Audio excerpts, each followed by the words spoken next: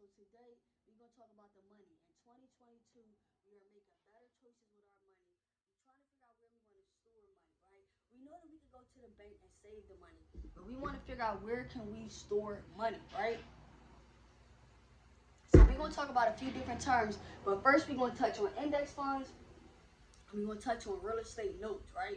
You always hear people talk about real estate investing, but we're gonna talk about real estate notes, all right? So now an index fund, a company such as S&P 500 or NASDAQ, right? It's pretty much an IOU. I mean, an NASDAQ 100, right? It's pretty much the cash is used to invest in all of the companies opposed to one specific company, right? Now, that makes up the entire fund.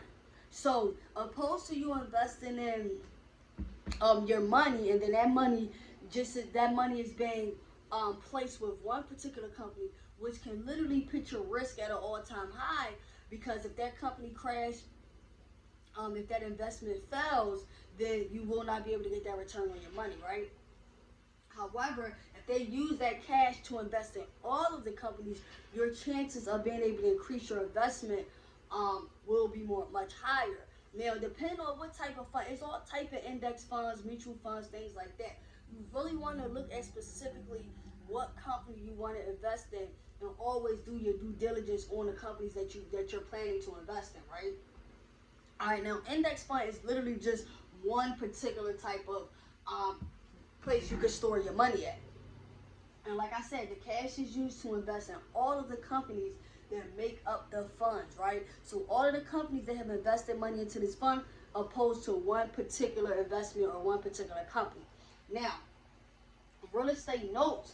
Real estate notes is pretty much what it sounds like, a note, right? When somebody owed you a payment.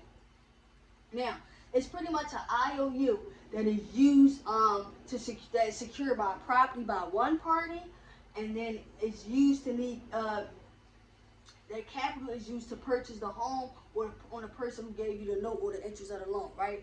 So, okay, let's say you have a home.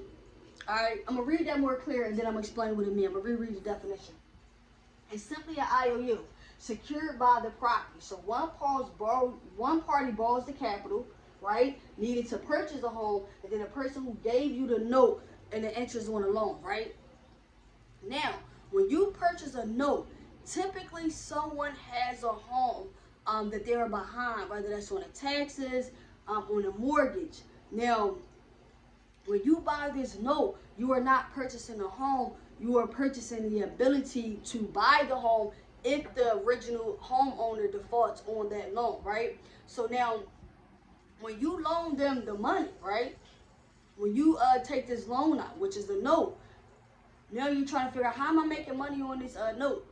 You're making money on the note because you're charging interest for the note, right? Now, people literally use this strategy in order to acquire real estate because you could default on that loan. It's one of the cheaper ways to get into real estate. However, if the person makes the payment, redeems everything, you won't be able to purchase the house, but you will still earn that interest on your loan, right? There's so many other ways to invest your money, right? You have real estate notes, you have index funds, and so many I don't have on the board. You have stocks. Stocks is where you are essentially buying a piece of the company, right? You're buying a piece of the company, and depending on how that company performs, that stock is going to go up, that stock is going to go down, right? So when you buy a stock, you are buying a share of that company. Now, my opinion on stocks, I have not invested in stocks yet, or not really, right? But based on what I've learned from studying people like Warren Buffett, studying people that just been doing stocks for like a really long time, is one of the main things you want to focus on when you're trying to figure out what you want to invest in, right? You keep hearing Bitcoin, you keep hearing Apple, things like that, right? They're great investments, right? Clearly, like Apple would be a great investment. However, cost per share is definitely way higher than it was 10 years ago, 20 years ago, right? You always want to go to their company's financial report. You want to, if you go onto a company's website, if you scroll all the way down at the bottom, you can review their company's financial report, right? And then you can go to what is called their income statement. You go to the company's income statement, and now you can literally see yourself how that company is performing. You can also see how that company performed last year. So when you're making these educated investments into the stock market, you really want to invest into the company. Now, on average, the stock markets have a 7% return, right? So depending on where you want to put your money, depending on how much return you want on your investment, the stock market could be a good investment for you. But there's so many places to put your money at. Now, when you think of things like, okay, you got retirement funds, right? You got 401ks, you got 403bs, you have these retirement plans, right?